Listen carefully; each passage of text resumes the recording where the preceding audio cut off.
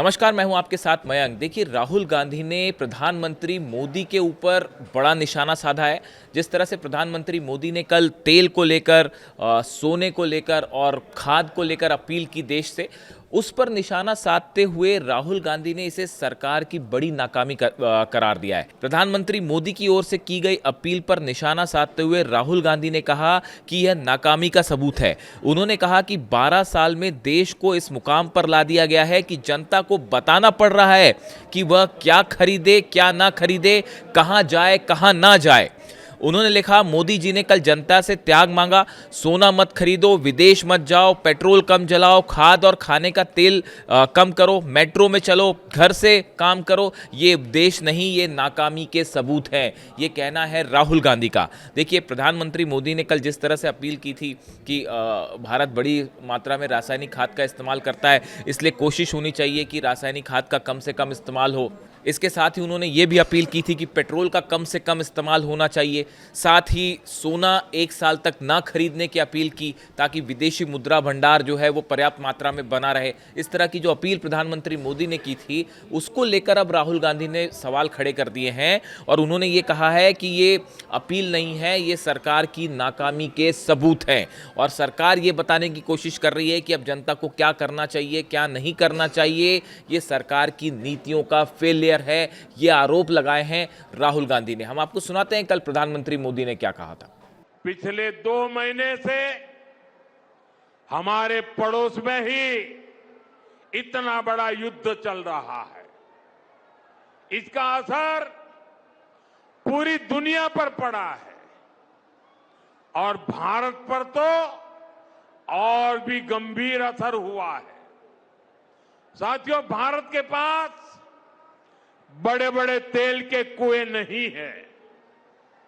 हमें अपनी जरूरत का पेट्रोल, डीजल, गैस, ये सब बहुत बड़ी मात्रा में दुनिया के दूसरे देशों से, बाहर से मंगाना पड़ता है। युद्ध की वजह से पूरी दुनिया में पेट्रोल, डीजल, गैस और फर्टिलाइजर के दाम बहुत अधिक बढ़ चुके हैं, आसमान को भी पार कर गए हैं।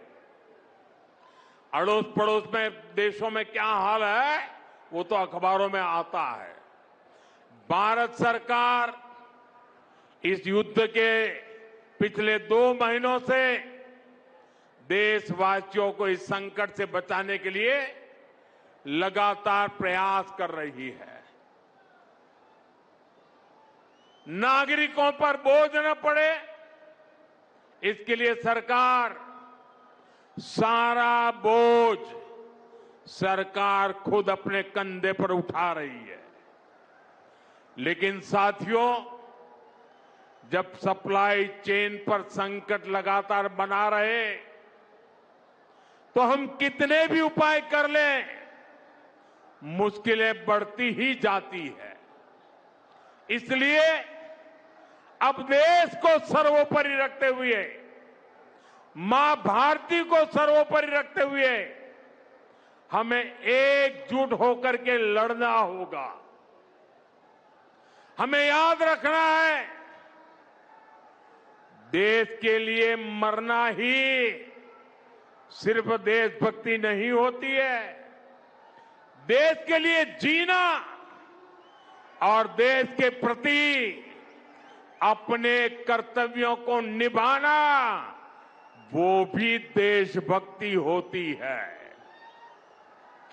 इसलिए वैश्विक संकट के इस समय में हमें कर्तव्यों को सर्वोपरि रखते हुए कुछ संकल्प लेने होंगे और उन संकल्पों को पूरे समर्पण भाव से पूरा करना होगा। जैसे एक बड़ा संकल्प है पेट्रोल, डीजल का संयम से इस्तेमाल करना। साथियों, हमें पेट्रोल, डीजल का उपयोग कम करना होगा। शहरों में जहां मेट्रो है, वहां हम तय करें कि हम मेट्रो का ही उपयोग करेंगे। ज्यादा से ज्यादा मेट्रो में ही जाएंगे। अगर कार में ही जाना जरूरी है तो फिर कार पूल करने का प्रयास करें और भी लोगों को साथ बिठा ले। अगर हमें कहीं सामान भेजना हो तो कोशिश करनी है कि वह ज्यादा से ज्यादा रेलवे गुड्स के जो ट्रेन होती है रेलवे की सर्विसेज से भेजे, ताकि इलेक्ट्रिक रेलवे होने के कारण पेट्रोल डीजल की जरूरत नहीं पड़ती है। जिन लोगों के पास इलेक्ट्रिक व्हीकल है वो भी कोशिश करें कि इलेक्ट्रिक व्हीकल का ज्यादा से ज्यादा उपयोग करें। साथियों, हमने कोरोना के समय में वर्क फ्रॉम होम की, ऑनलाइन मीटिंग्स की, वीडियो कॉन्फ्रेंस की, ऐसी अनेक व्यवस्थाएं विकसित की और हमें आदत भी हो गई थी।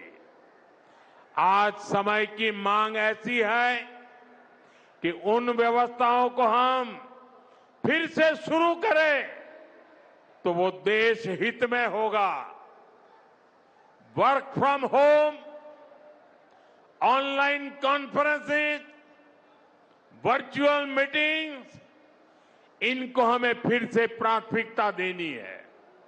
साथियों, आज जो संकट है उसमें हमें विदेशी मुद्रा बचाने पर भी बहुत जोर देना होगा, क्योंकि दुनिया में पेट्रोल डीजल इतना ज्यादा महंगा हो गया है, पहले से कई गुना ज्यादा कीमतें बढ़ गई है। तो हम सबका दायित्व है कि पेट्रोल डीजल की खरीद पर जो विदेशी मुद्रा खर्च होती है, पेट्रोल डीजल बचाकर हमें वो मुद्रा भी बचानी है।